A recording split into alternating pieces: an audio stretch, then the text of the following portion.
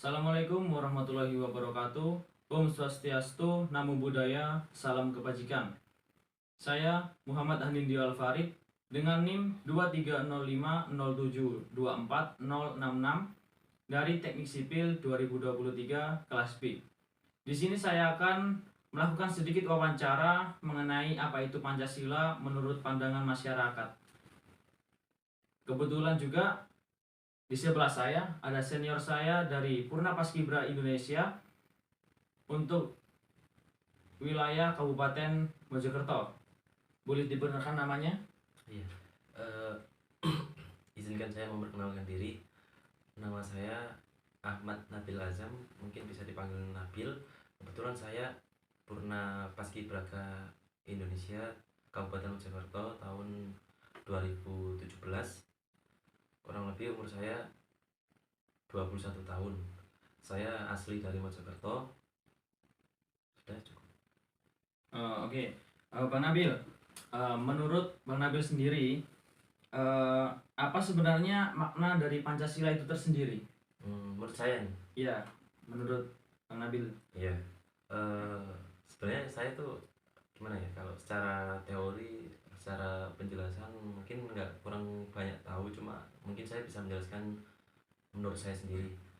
Mungkin Pancasila itu ya, semua tahu kalau Pancasila itu adalah ideologi negara, sebuah sebuah dasar negara lah. Pancasila Pancasila itu menurut saya sebuah yang mungkin dasar dasar hidup bermasyarakat maupun dan bernegara. Menurut saya pribadi penting, sangat penting sekali manusia atau masyarakat Indonesia menerapkan nilai-nilai Pancasila. Mungkin banyak dari mereka yang nggak mengerti apa arti dan makna tersendiri dari Pancasila. Mungkin yang mereka tahu kan cuma nilai-nilai Pancasila dari 1 sampai 5. Ya mungkin saya sendiri yang belum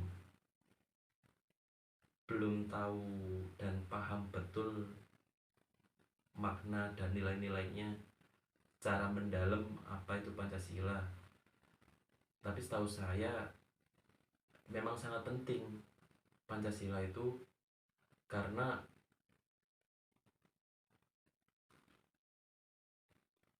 karena rakyat Indonesia itu kan secara sejarah itu kan eh,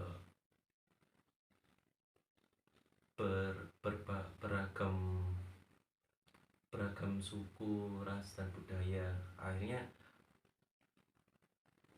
cukup penting menurut saya, karena di di sila ketiga Persatuan Indonesia bahwa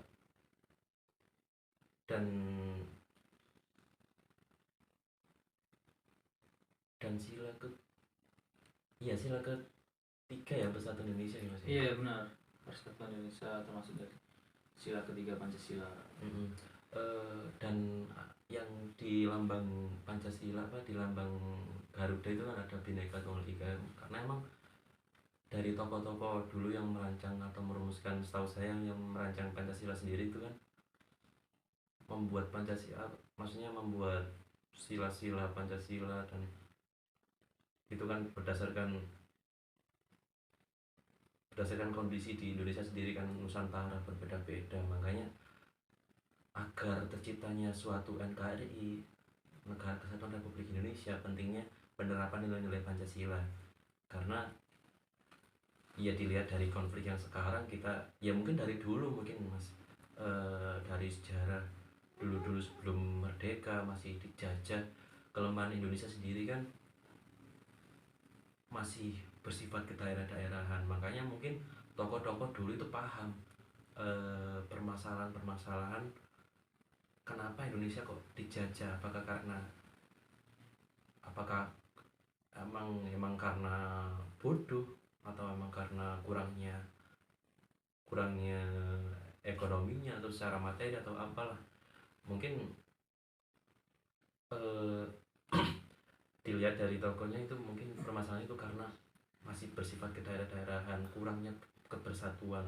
Buktinya ya mungkin yang saya tahu itu kayak buktinya Indonesia bisa menang hanya modal bambu runcing, Iya, sedangkan penjajah dulu kan eh, teknologinya mungkin lebih maju.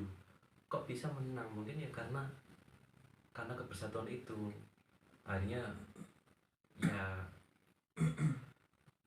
ya bisa terwujud lah apa itu kemerdekaan. Makanya meskipun sekarang di sini kita secara apa ya, secara hukum kita terbebas akan penjajahan, tapi sebenarnya menurut saya itu enggak, Mas, karena permasalahan mungkin bedanya dari kalau dulu sama sekarang. Dulu itu dijajah sama orang yang nampak lah, sedangkan kita mungkin dijajah oleh teknologi, yang sedangkan teknologi sendiri itu mungkin kita nggak sadar bahwa itu eh, penjajahan secara globalisasi. Mungkin ya banyak orang yang tertipu atau terjajah, tercuci otaknya karena globalisasi dari orang-orang luar. Menurut saya itu sih, Mas. Makanya sangat penting sekali karena itu Pancasila itu menurut saya bisa dibuat, bisa dipakai bukan hanya untuk tahun-tahun dulu sebelum kemerdekaan, cuma itu ya harus dipakai untuk saat ini juga sampai tahun depan juga. Menurut saya itu sih, Mas. Oh, iya. Terus bagaimana tips dan trik untuk kita sebagai mahasiswa baru khususnya ya untuk bagaimana cara menerapkan nilai-nilai Pancasila tersebut dalam kehidupan bermasyarakat di lingkup masyarakat seperti itu. Menurut Bang Nabil sendiri gimana tips dan triknya? Solusi untuk menerapkan nilai-nilai Pancasila kepada masyarakat. Iya benar seperti itu. Ya, saya jawab lagi dengan eh, pendapat saya sendiri, Mas, ya, dan pandangan saya sendiri. Ya mungkin dari masyarakat sendiri kan mungkin banyak ya contohnya yang apa, penerapan mungkin dari pemerintah atau pejabat-pejabat negara yang ada kegiatan penerapan nilai-nilai Pancasila, ideologi negara ya. Banyak sih, Mas. Ya mungkin bisa dicontoh teorinya, cuma berbeda aja. Kalau saya pengennya itu kan karena kalau acara-acara kayak gitu kan acara formalitas. Iya benar. Kalau mungkin kalau dipandang secara pendekatan kurang, karena mungkin bisa jadi orang-orang yang mendengarkan itu hanya mendengarkan saja, nggak memahami betul. Karena dengan sistem kayak pemerintahan ya mungkin bukan mengkritik, ya mungkin ya mengkritik sih, bukan hanya menurut saya kurang kayak sistem pemerintahan yang seperti itu. Kurangnya pendalaman, kurangnya karena emang kalau menyampaikan nilai-nilai Pancasila hanya kayak seminar itu ya kebanyakan mungkin bisa dilihat dengan kasat mata, dengan hasil kenyataannya banyak yang nggak berubah, mungkin karena kurang efektifnya model penerapan atau penyuluhan nilai-nilai Pancasila. Menurut saya kurang, tapi kalau bisa itu harus nilai-nilai formalitasnya dari pemerintah itu harusnya dihilangkan. Harusnya nggak perlu di atas namakan seminar, nggak perlu. Harusnya itu ya secara pendekatannya itu kurang dalam gitu ya. Saya sendiri sih belum ada sih pandangan bagaimana, karena emang saya sendiri yang mungkin hanya sebagai masyarakat biasa yang mungkin bukan, yang mungkin belum ranahnya ke daerah apa ke ranah demokrasi politik atau semacamnya. Ya mungkin ya salah sih, karena manusia itu harus berpancasila, maksudnya nggak harus pejabat negara. Tapi ya memang kekurangan pengetahuan saya bagaimana tipsnya ya. Tapi itu tadi menurut saya udah menjawab sih, Mas. Intinya merevisi atau memperbaiki sistem pemerintahan tadi loh, untuk penyuluhan apa penerapan nilai-nilai Pancasila kurang harus dikembangkan lagi teori-teorinya. nggak harus kayak gitu lagi, mungkin lebih dalam pendekatannya. Terus lagi ya, kalau menurut saya ya, sebenarnya kan kalau bicara kesadaran mas, Iya benar.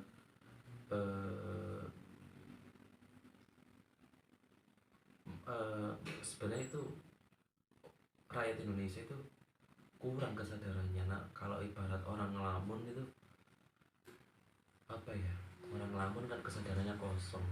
Kalau pengen sadar ya, ya harus disadarkan atau di apa ya bahasanya ya, disenggol lah mas. Kalau dalam penerapannya di masyarakat ya nggak hanya diomongi, nggak hanya diomongi gitu, ya harus gimana caranya kesadaran masyarakat betapa pentingnya nilai Pancasila. Karena masyarakat sendiri ya kalau diem, kalau hanya seperti itu kan cara kuno dari dulu-dulu masyarakat apa pemerintah dulu ya seperti itu aja mas. Kalau cara penerapan nilai Pancasila ke masyarakat ya akhirnya masyarakat ya bosen, kesannya itu monoton. Harusnya dikembangkan lagi gimana caranya, ya harus berdemokrasi antar masyarakat, gimana caranya musyawarah, gimana caranya, ini penting nilai Pancasila biar gak adanya pecah belah, biar gak adanya konflik, biar kita itu bersatu. Itu sih mas dari saya tuh pentingnya kesadaran. Karena menurut saya rakyat Indonesia itu yang kurang kesadarannya kan, nggak ada sih mas, minim sekali orang yang sadar akan pentingnya Pancasila. Terus yang kedua, lebih diperbaiki lagi sistem penerapan Pancasila dari masyarakat, dari pemerintah. Itu sih mas menurut saya. Oh, ya, oke. Eh, Kembali ke poin pertama Bang Nabil yang menyebutkan mengenai kesadaran masyarakat Indonesia sangatlah kurang. Berarti dalam arti kita semua sebagai mahasiswa baru tentunya memerlukan sebuah kesadaran tersebut. Contoh bagaimana cara kita untuk menimbulkan rasa kesadaran tersebut melalui nilai-nilai Pancasila yang sudah kita dapatkan. Ya mulai sebenarnya ya dilihat dari bahasa Bhinneka Tunggal Ika, berarti kan itu kan mencakup antar individu, jadi nggak buat kita sendiri. Jadi semisal kita tahu nilai-nilai Pancasila, oh ini ternyata kita mulai sadar nih, nilai-nilai Pancasila, oh ini saya paham. Kalau misalnya paham langsung dipraktekkan gitu mas, maksudnya jangan hanya modal pengetahuan, jangan hanya dijadikan pengetahuan, tapi langsung penerapan. Nggak harus diseminarkan kok, tapi langsung aja mulai menyadarkan orang. Nggak harus di acara seminar, toh kalau ketemu orang ya bisa disadarkan gitu. Entah itu kalau bahasanya orang-orang tuh ceramah, cuma kalau ceramah kan harus di masjid, cuma yang nggak harus sih. Kalau ceramah bisa di mana-mana. Kalau ketemu misal di kampus, kalau di kampus ketemu temen bersosial, jadi nilai-nilai Pancasila itu harus diterapkan di lingkup sosial mas. Jadi nggak jangan hanya jadi pengetahuan, oh aku paham cuma nggak saya praktekkan, itu yang salah kan mas. Iya benar-benar. Kalau pengen disadarkan ya harus terjun ke lapangan, harus praktek. Kalau misal tahu oh ini kekurangannya masyarakat, aku pengen menyadarkan masyarakat, orang yang paham akan kesadarannya sendiri ya harus sadar betapa pentingnya aku harus menyadarkan orang lain.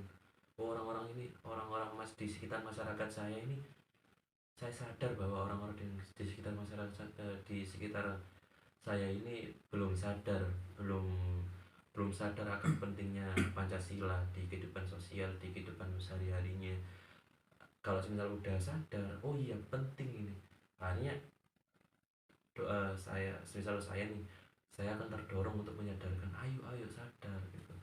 Jadi kesimpulannya, jangan hanya dijadikan ilmu pengetahuan, kalau bisa ilmu praktek lah bahasanya itu mas. Ya itu sih mas, kalau udah sadar langsung praktek aja gitu. Oke, untuk pertanyaan selanjutnya, bagaimana sih cara kita untuk meningkatkan rasa toleransi antar umat beragama? Semisal jika ada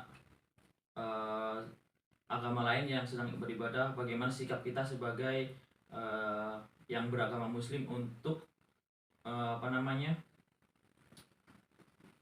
untuk menghargai saat mereka beribadah seperti itu. Itu sih kembali ke pribadi masing-masing, karena ya memang mungkin pertanyaan sampean itu berdasarkan banyak konflik-konflik dari yang sekarang ya. Banyak yang berpecah belah karena perbedaan agama, suku, ras, dan lain-lain. Tapi kalau menurut saya yang itu kembali ke diri masing-masing, bagaimana individu memandang perbedaan tersebut. Mungkin kalau saya sendiri, kalau di bahasa teori bukan teori mas ya, bahasa simpel lah. Saya sendiri yakin kalau setiap melihat perbedaan, saya akan menempatkan diri, saya akan apa ya namanya, apa namanya,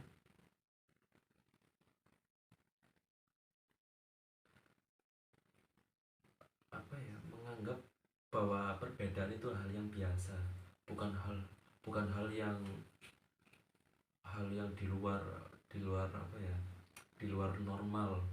Kadang saya berinteraksi dengan orang-orang Islam, katakanlah dengan orang-orang yang kulit putih atau kulit kuning, katakanlah itu orang Indonesia kan kulit sawo matang, terus kaget bertemu dengan orang-orang yang beda agama. Otomatis kalau orang beda agama ya mungkin akan berbeda caranya, cara beragama atau katakanlah sembayangnya beda, cara menanggapi apa, cara bersosialisasinya beda mungkin. Terus mungkin kalau kita ketemu dengan orang yang berbeda kulit, ada yang kulit albino, ada yang kulit hitam, kita mesti kaget. Itu karena emang kurangnya orang Indonesia itu menganggap hal itu biasa gitu loh. Karena ya kalau di bahasa agama, Tuhan itu menciptakan manusia itu berbeda-beda, jadi harusnya itu kan kita harusnya mewajarkan gitu, jangan menjadikan itu hal yang wih, itu kayak hal yang berbeda gitu loh, hal-hal yang di luar, kayak nggak normal. Ini orang yang kulit hitam ini nggak normal, karena orang mengatakan kayak gitu kan karena emang sehari-harinya itu jarang bertemu orang-orang yang berbeda. Coba dia hidup di tengah-tengah masyarakat yang berbeda-beda, dia kan mungkin terbiasa. Makanya orang-orang yang sering konflik atau sering terjadinya apa ya namanya, sering terjadinya penghinaan antar perbedaan suku, ras, dan agama, karena dia sendiri yang belum terbiasa akan perbedaan. Dia sendiri mungkin terbiasa di lingkup masyarakat yang sesama suku. Jadi itu lagi mas, harus disadarkan, hei kamu, misalnya ada orang teman saya yang terlalu fanatik atau terlalu nggak suka terhadap orang-orang yang berbeda suku, ras, dan agama, harus disadarkan mas. Ya kita nggak bisa bergantung, nggak bisa berharap orang itu akan berubah, tapi kembali ke diri kita sendiri yang menurut, kalau misalnya kita paham, oh, orang ini salah, pandangannya salah terhadap perbedaan manusia, terhadap perbedaan suku, harusnya kita sadarkan, mas, sampai harus berubah. Manusia itu pasti berbeda-beda. Kita nggak boleh melihat orang dari covernya. Mungkin ada kata-kata don't judge book by the cover. Ya emang itu benar, menurut itu kan kata-kata filosofi mungkin itu menurut saya. Karena ya emang harus disadarkan mas, kamu harus sadar kalau pandangan itu salah mas. Ya itu kembali ke diri kita masing-masing mas. Makanya kita nggak bisa menuntut orang-orang berubah, tapi ya yang harus kita tuntut itu diri kita sendiri. Kita mau nggak menyadarkan orang lain. Kurang lebih seperti itu mas. Ya benar. Terus berbicara masalah kesadaran lagi, di lingkup PPI sendiri, untuk masalah kesadaran itu apakah penting bagi mereka yang ingin menjadi petugas untuk pengibaran bendera pusaka atau bendera merah putih. Hmm. Menurut saya penting penting sekali mas. Menurut saya ini saya menjawab menurut pengalaman saya mas ya. Iya, Dan Bang. pengamatan saya menurut mungkin dari yang bisa saya amati kan anggota-anggota saya dulu pas tahun 2017-an. Eh, Pertanyaan mas tadi kan apakah penting kesadaran kepada orang-orang yang ingin bergabung atau mungkin yang sudah menjadi anggota pada saat itu pas saat pelatihan, pentingnya kesadaran akan nilai-nilai Pancasila. Sedangkan Paskibraka sendiri itu kan backgroundnya kan mengibarkan bendera Saka Merah Putih Mas. Ya mungkin Iya, benar. penting sekali karena itu sebagai perwakilan atau sebagai simbol yang mengibarkan bendera merah putih. Harusnya kalau secara tanggung jawab dan secara kesadaran ya emang penting karena itu sebagai perwakilan, sebagai itu kan apalagi kan secara background diseleksi bahwa mana yang memumpuni secara kalau secara fisik, secara akademis, terus dibalik itu ada tes tes wawasan kebangsaan. Ya mungkin dari anggota-anggota sendiri yang sudah menjadi anggota paskibraka yang mau didiklat atau dididik atau anggota atau orang-orang yang ingin atau belum belum diseleksi, menurut saya penting mas karena semisal dalam posisi saya nih saat mau didiklat atau belum bergabung menjadi anggota paskibraka, semisal yang sudah gabung mas yang Iya. sudah gabung tapi belum melaksanakan pendidikan tapi dirinya sendiri belum belum menanamkan nilai kesadaran, oh aku sebagai paskibraka aku besok akan mengibarkan, aku besok akan mengiring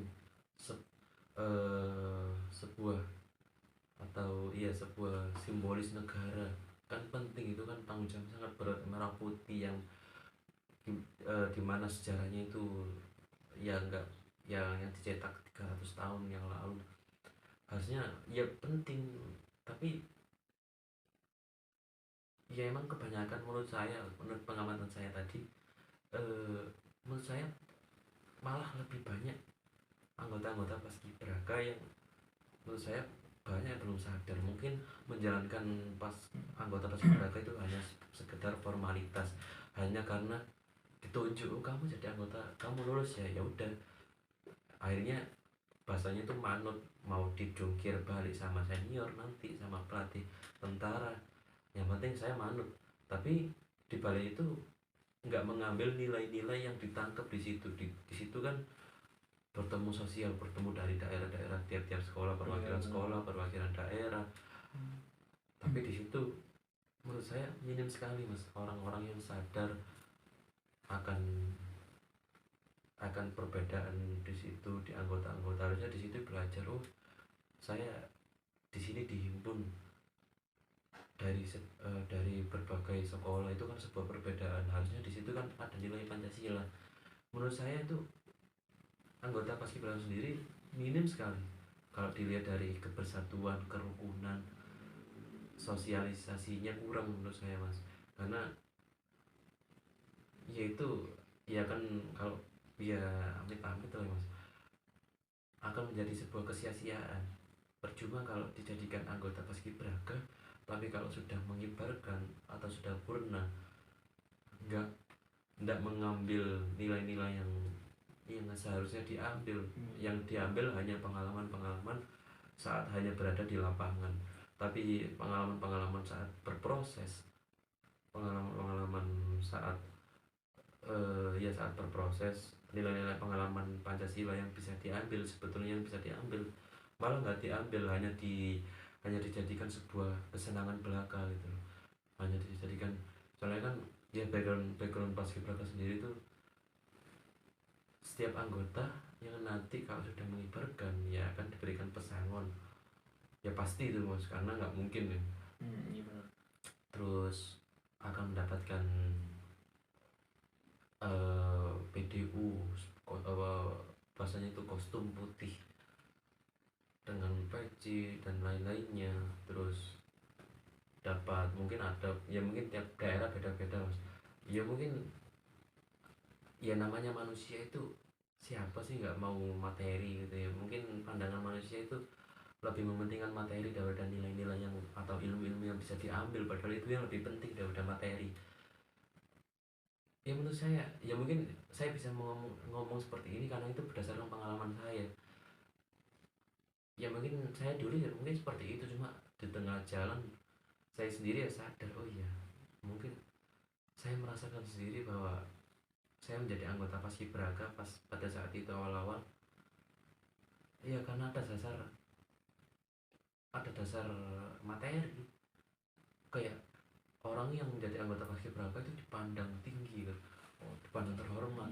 Akhirnya orang mengesampingkan nilai-nilai yang penting. Oh ini loh, kamu tuh seperti namanya sendiri paskibraka, pasukan pengibar bendera pusaka, berarti kan sebuah sebuah peran yang sakral gitu. Tapi anggota itu sendiri mungkin belum belum merasakan sampai di situ, bahwa betapa pentingnya, bahwa betapa apa ya, bahwa anggota paskibra itu nggak semua bisa menjadi anggota paskibraka orang-orang terpilih. Tapi orang-orang terpilih itu malah yang nggak tahu lagi ya, bukan seutusan, dan itu menurut pengamatan saya dan menurut pengalaman saya pribadi menjadi anggota paskibraka, ya mungkin benar menurut saya, cuma nggak tahu lagi, mungkin kalau ada yang salah namanya mengkritik, dan itu hasil pengamatan saya. Nggak ada yang benar dan nggak ada yang salah, karena tiap orang pribadi mempunyai persepsi Iya, dan subjektif sendiri ya. gitu. Tapi saya menjawab ini kan berdasarkan subjektif dan persepsi saya mas. Menurut saya itu minim sekali, tapi harusnya itu, ya harusnya penting sekali, karena kita nggak boleh senonoh ya, kita nggak boleh, bahasa Jawa itu sakarepe dhewe lah, sudah ditunjuk jadi ke orang kepercayaan, diseleksi berhari-hari, tapi hanya mengincar uang sakunya, katakanlah seperti itu. Menurut saya penting mas, orang sekelas paskibraka yang merendah aja, maksudnya bukan yang pejabat, bukan yang DPRD aja masih seperti itu menurut saya, apalagi orang-orang yang atas. Ya mungkin kalau kita pandang DPR ya, ini bahas mengkritik lagi bukan menghina. Ya siapa yang nggak tahu permasalahan DPR?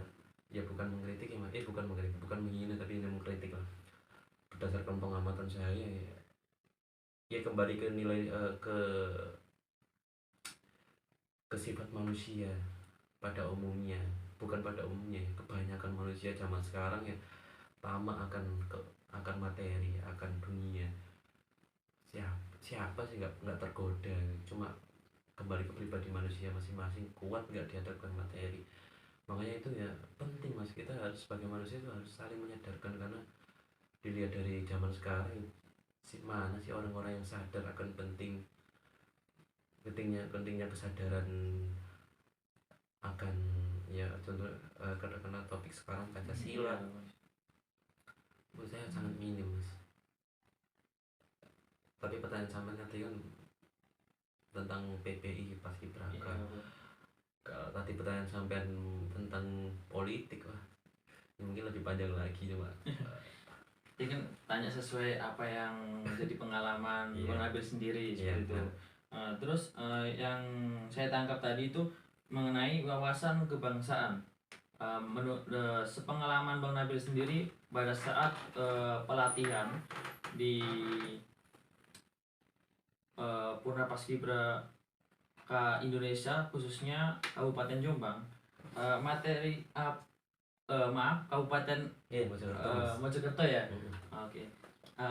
Apa yang Bang Nabil dapatkan mengenai materi wawasan kebangsaan tersebut?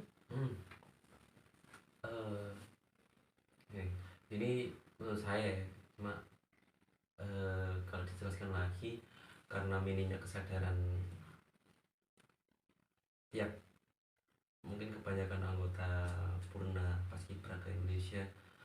menurut saya sendiri, ya tadi yang saya sebutkan tadi, ya mungkin minim sekali.